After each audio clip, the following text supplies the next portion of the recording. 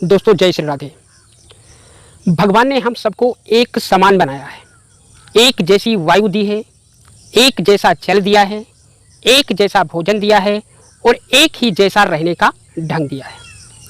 परंतु यह बात हम पर निर्भर करती है कि हमको अपने जीवन में क्या बनना है और कैसे आगे बढ़ना है, और नहीं बढ़ना है तो हमको अपने स्थान पर ही पड़े रहना है। ये बात सब पर लागू होती है कि उस इंसान की सोच कैसी है, उसे कैसे जीवन का संघर्ष करना चाहिए, वो कैसे आगे बढ़ सकता है, ये सब हम पर डिपेंड करता है। कुछ लोग के विचार आगे बढ़ने के होते वो आगे बढ़ जाते हैं, कुछ लोगों के विचार हैं कि हम जहाँ हैं वहाँ पर ठीक है। तो भगवान हम सबको हर चीज़ बराबर देता है, सिर्फ फर्क है तो हमारे हौसले की, हमारे विचार की, हमारी बुद्धि की, कि हमको क्या बनना है, क्या करना है और कैसे रहना है। दोस्तों आइए हम एक कहानी सुनाते हैं। एक गुरुजी अपने शिष्यों को पढ़ा रहे थे, तो उस समय पढ़ने का विषय ही चल रहा था कि प्राकृतिक सबको एक समान सब कुछ देती है, परंतु ये हम पर निर्भर करता है कि हमको कैसे आगे बढ़ना है और क्या बनना है। तो गुरुजी ने शिष्यों को समझाया कि हम आपको एक बात बताना चाहता हूँ, आप 3 कटोरे ले आओ। गुरुजी ने 3 कटोरे मंगाए, उसमें जल को भरा। जल वही जल इसमें भी था, वही जल उसमें भी था और वही जल उसमें भी था।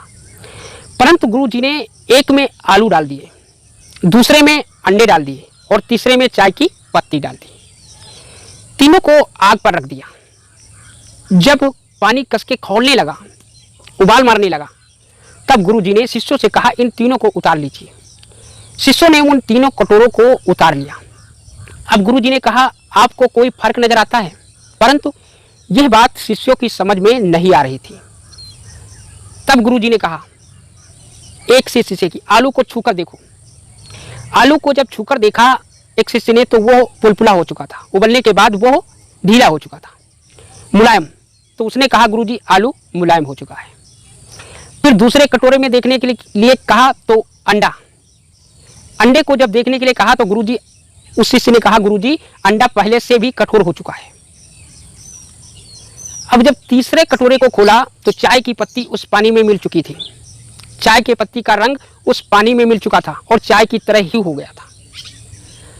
तब गुरुजी ने कहा कुछ बात समझ में आई? शिष्यों ने कहा गुरुजी हमारी बात समझ में नहीं आई। तब गुरुजी ने कहा कि हमने पानी तो एक जैसा ही डाला था, आलू मुलायम हो गया, वो कठोर था वो मुलायम हो गया, और अंडा और भी कठोर हो गया, और चाय की पत्ती उसी पानी में मिलकर चाय की जैसी हो गई। हमने जब पानी एक जैसा ही डाला था तो यह तीनों चीजों पर निर्भर करता है कि किसको क्या बनना था।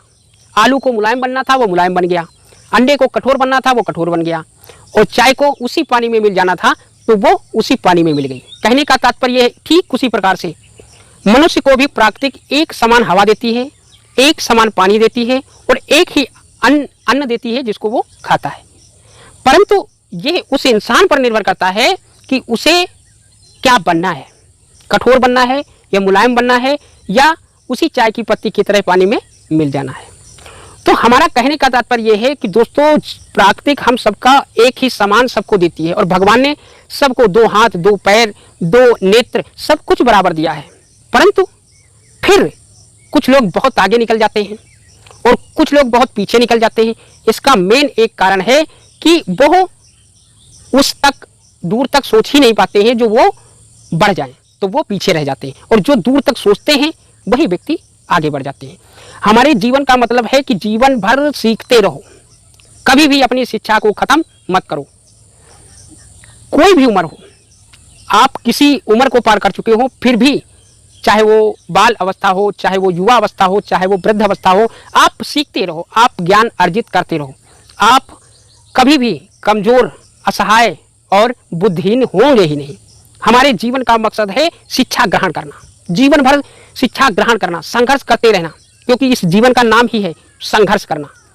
जब तक हम लोग संघर्ष करते रहेंगे हम आगे बढ़ते रहेंगे। हमारे जीवन में कठिनाई आएंगी, दुख आएंगे, संकट आएंगे, पर हमको सबको सहते हुए पार हो जाना है, तभी हम कामयाब व्यक्ति बन सकते हैं, तभी लोग हमारी चर्चा करेंगे, हमारा नाम इतिहास के पन्नों में होगा।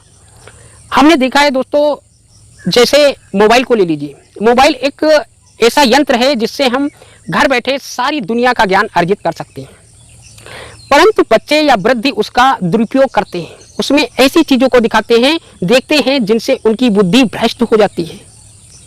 वही चीज़ अगर वही समय आप ज्ञान को अर्जित करने मिले तो आप न जाने कितने महान और कितने ज्ञानी बन सकते हैं। परंतु उनको चाहिए क्या, वो ऐसी चीज़ों को देखते हैं जिनसे उनकी बुद्धि भ्रष्ट होती रहती, बुद्धि में गंदे विचार आते हैं और गंदे विचार आने से वो गंदे कर्म करता है। इससे उसका धीरे धीरे शरीर की शक्ति क्षीण होती चली जाती है और वो पतन की ओर जाने लगता है। मोबाइल का जब भी प्रयोग करो, जितनी भी देर देखो, उसको ज्ञान अर्जित करो, उससे ज्ञान धारण करो, तभी आपके जीवन में मोबाइल का फायदा है। मोबाइल तो सारे शास्त्रों का ज्ञान लेता है, उसमें सारे शास्त्रों का ज्ञान भरा हुआ है। आप उसे ग्रहण करना तो सीखो, उसे ग्रहण तो करो, परंतु आप ग्रहण करेंगे कैसे?